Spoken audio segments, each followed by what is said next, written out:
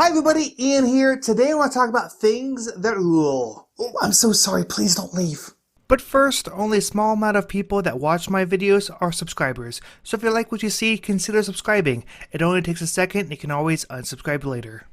So I want to talk about rule books a little bit, but I don't want to talk about it in the way that they're normally talked about.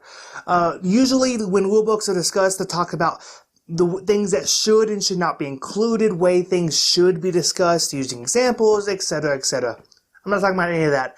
I'm talking about the actual physical production of the rulebook, the size, the shape, layout a little bit, but not much on layout, things like that. So that's what I want to talk about. And the best way I think to start talking about this is to talk about the best, what I would consider standard rulebook.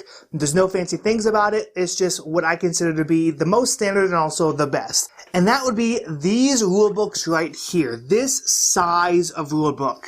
And by that I mean width. The actual from the bind to the edge of the paper. I think this is the absolute best size. Here I have Anachrony Infinity Box and also Cloud Age. They are basically the same width, which I think is absolutely perfect. And the reason why I think that is perfect is now let's go to these other ones. Here I have one for Rococo Deluxe Edition and for Whistle Mountain. I hate these. Now, why do I hate these? Well, sometimes you don't have enough table space on your game table while you're playing one of these games. So you have to flip through the book and see this? This is what I don't like. I don't like having to, okay, maybe it's on this page, or it's not on that page. Okay, it's on this page. I hate that. Or even when you're first reading the rule book, because there's no good way to hold this. You might try to hold it newspaper style, but then maybe your arm gets tired trying to hold it up, so then you put it down flat. This is the best way to do it on a table, but I don't usually read rule books at a table. I usually sit on a couch or something. So I don't like this size of rule book. I get it. Whistle Mountain, I get why they did it. They did it because it fits perfectly inside of the box. I don't like it. I don't want it. Get it out of my face. But to go back to the other one, this size is absolutely perfect because when you open it up to look at a rule, this is not too bad to do. And also you can hold it one-handed and see both pages very clearly. It's not nearly as bendy at the edge. I love it. Absolutely amazing. And while on that note, I'm going to talk about textured rule books, which my wife absolutely hates. She loathes it. Whenever I get a rule book that's textured, I have her feel it because she can't stand it. But obviously Wingspan.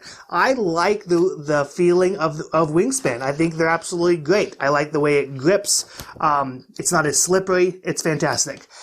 On the other hand, here I have Skull Hollow, which I love this game, by the way, but what it does is it kind of has thicker cardstock on the actual outer pages, which you would think is not bad, which it isn't. I like the way that feels. It gives it some heft, some sturdiness. I like that. The problem, though, is when you go on the inside pages, all these inside pages do not have that. And so it just feels weird. And because it's hard to find the pages on the inside, you have to like pull this back, and then it's always closing. It's not the best. It's not bad. It's not. I don't hate it as much as this, but it's definitely not great texture of rulebook. But now let's talk about more about things about size, because some games like to be thematic. Oh, isn't that cute? Smartphone ink. I know it's like the instruction booklet you get inside of phones. It's obviously bigger, but it's a similar size. I don't care. The box of smartphone ink is huge. This should be bigger. Once again, I would rather have it be this. Just turn it sideways. Obviously, like, just that. Look at how big this rulebook is.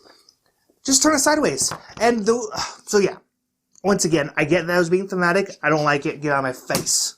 Now this one is Bus, which I know many of you haven't played. Bus by originally from Splotter, then Capsule Games picked it up to have a wider distribution. Once again, they were trying to be thematic. They were trying to be cute, and they made it like a bus map, which is kind of cool. It's kind of interesting. But when you're looking for a rule in this thing, you're like, okay, you open this up. Okay, that's normal. That opens like a book. Okay, but where's this other rule? Oh, it's upside down now. Okay, now I'm over here. Oh, nope, it wasn't in this section. Maybe it was in the first section. Oh, maybe the end. Is it over here? Oh, it's up. Then you go on the inside again. Oh, it's upside down again. It's horrible. I hate it. I get what they were trying to do. I don't like it. Get out of my face. And last, I want to talk about things that I also like are split up rule books. For example, Fantasy Flight Games almost always does this, where they have a learn to play rule book and then a rules reference guide that basically just has definitions, things like that. I like this a lot. The only problem with it is, especially with games like Marvel Champions, is because it's ever expanding, the rules reference guide often becomes outdated. And so you'll often have lots of little rule books to supplement this big rule book.